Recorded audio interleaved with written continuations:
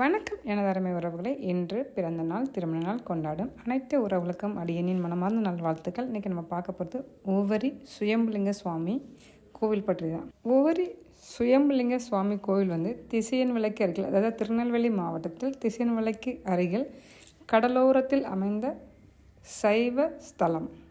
ஒவ்வொரு சுயம்புலிங்க சுவாமி கோவில் ஒரு சுயம்பு கோவில். சுயம்பு அப்படின்னா தானாக உருவாகிறது. அதாவது அங்கே இருக்க சிவலிங்கம் இருக்கு இல்லையா, அது தானாக உருவானது. அதை யாரும் கற்களால் செதுக்குனது கிடையாது. அதனால தான் அது சுயம்புலிங்க சுவாமி கோவில் அப்படின்னு சொல்கிறாங்க. நாங்கள் ஒரு மாலை பொழுதில் போயிருந்தோம். அந்த கடற்கரை ஓரம் அவ்வளோ அற்புதமாக இருந்தது காட்சி பார்க்குறதுக்கு.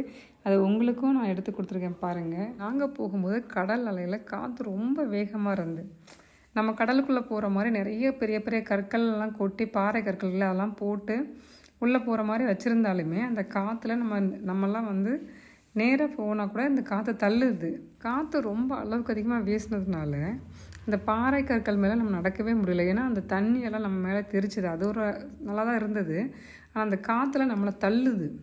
அப்போ நீச்சல் தெரியாதவங்க இந்த சைடில் நடக்கும்போது, அதாவது ஓரத்தில் பாறை கற்கள் ஓரத்தில் நடக்கும்போது பாதுகாப்பு இல்லை. அதனால் நம்ம நடுமத்தில் மட்டும் தான் நடக்கணும்.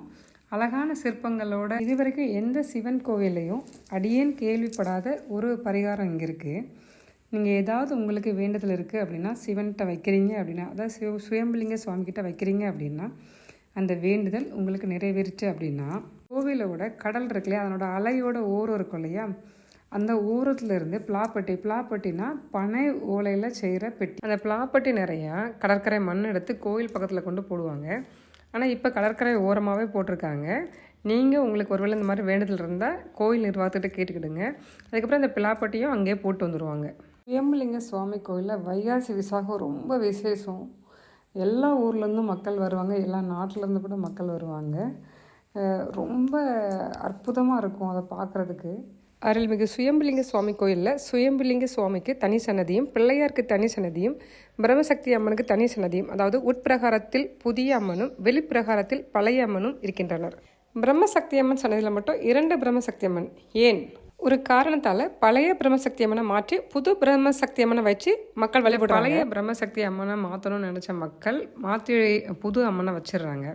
வச்ச உடனே கொஞ்ச நாள் கழித்து ஒரு பக்தர் கனவுல இந்த பழைய அம்மன் கேட்குறாங்களா, உன்னோட பிள்ளைக்கு ஒரு குறை இருந்தால் நீ அந்த பிள்ளையை தூர போட்டுருவியா அப்படின்னு கேட்டதுனால அந்த பக்தர் அப்புறம் கோயிலில் சொல்லி வெளி பிரகாரத்தில் அந்த பழைய அம்மன் சிலையை வச்சுருக்காங்க. இந்த கோவிலோட வெளிப்பிரகாரத்தில் சிவன் அணைந்த பெருமாளும் காட்சி தரார். அருள்மிகு சுயம்புலிங்க சுவாமி கோவிலில் இருக்க இந்த சுயம்பு சிவலிங்கத்தோட வரலாறு, ஒரு பால்காரர் தினமும் ஒரு இடத்துலேருந்து இன்னொரு இடத்துக்கு பால் கொண்டு போய் விற்கணும்னு நினைக்கிறாரு. இப்போ விற்க போகிற வழியில் ஒரு கடமை மரம் இருக்குது. அது பக்கத்தில் வரும்போது அவர் கால் இடறி தினமும் அதில் பால் கொட்டுது. தினமும் பால் கொட்டின உடனே அவர் அந்த மரத்தை வெட்டலான்னு நினைக்கிறாரு. அந்த மரத்தையும் இந்த பால்காரர் வெட்ட ஆரம்பிக்கிறாரு. வெட்ட ஆரம்பிக்கும் போது அதுலேருந்து ரத்தம் பேரிடுது. அப்போ ஒரு அசரீரி கேட்குது. அப்போது சுயம்பு வடிவமாக சிவலிங்கம் இருப்பதை அந்த பால்காரர் உணர்றாரு.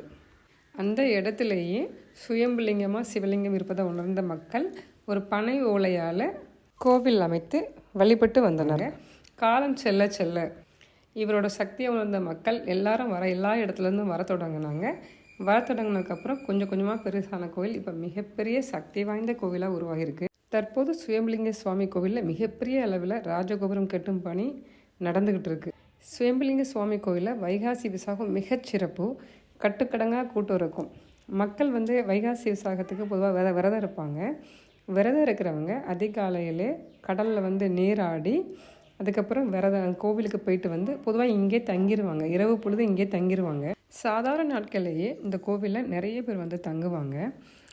உடல்நிலை சரியில்லாதவங்க, மனநிலை சரியில்லாதவங்க, குடும்பத்தில் ஏதாவது பிரச்சனை உள்ளவங்க, இல்லை நவகிரகங்களில் ஏதாவது தோஷம் உள்ளவங்க, ஏதோ ஒரு காரணத்தினால, மனிதனுக்கு இல்லாத பிரச்சனையா, அன்றாட நம்ம வாழ்க்கையில் எவ்வளோ பிரச்சனையை சந்திக்கிறோம் இல்லையா, அந்த மாதிரி பிரச்சனை இருக்கவங்க இறைவனே துணைங்கிற ஒரு நிலை வரும் பார்த்திங்களா, அப்போ இந்த சிவனை அடிபணிந்து நீயே கதி, உன்னிடமே நான் தஞ்சம் அப்படின்னு சொல்லிட்டு அவங்களுக்கான பரிகாரத்துக்கு ஒரு கிழமை சொல்லியிருப்பாங்க இல்லையா, அந்த கிழமை இங்கே இரவு பொழுது தங்கிட்டு போவாங்க. தினமும் இந்த கோவிலில் தங்குற பக்தர்கள் கூட இருக்கிறாங்க. சுயம்புலிங்க சுவாமி கோவிலில் சந்தானம் கொடுப்பாங்க. அது எனக்கு ரொம்ப பிடிக்கும். அவ்வளோ மனமாக இருக்கும். சிவனே அனைத்துமென தஞ்சமடைந்தால் அவனே தாயும் தந்தையுமாக நம்மை அரவணைத்து காத்து நிற்பான். நாங்கள் சென்னையிலேருந்து எப்பெல்லாம் ஊருக்கு வரோமோ அப்போ சுயம்புலிங்க சுவாமியை கண்டிப்பாக தரிசிப்போம். இத்தகைய அற்புத சக்தி வாய்ந்த ஒவ்வொரு சுயம்புலிங்க சுவாமி கோயிலுக்கு நீங்கள் வரணுன்னா, நீங்கள் விமானம் மூலம் வரணுன்னா மதுரை அல்லது தூத்துக்குடி வந்து வரலாம். நீங்கள் ரயில் அதாவது ட்ரெயின் மூலமாக வரணும் அப்படின்னா தூத்துக்குடி, திருச்செந்தூர், இந்த பக்கம் வந்து வள்ளியூர், நாங்குநேரி, அங்கே வந்து நீங்கள் வரலாம். நீங்கள் பேருந்து மூலமாக வரணும்னா திருச்செந்தூர், தூத்துக்குடி, உடன்குடி, திசையன்விளை, நாங்குநேரி, வள்ளியூர் எந்த வழியாகவும் நீங்கள் வரலாம். என் அப்பன் அல்லவா என் தாயும் அல்லவா, இந்த வரிகளுக்கேற்ப அம்மையும் அப்பனுமாக இருந்து அனைத்து மக்களையும் காத்தருள்வார்.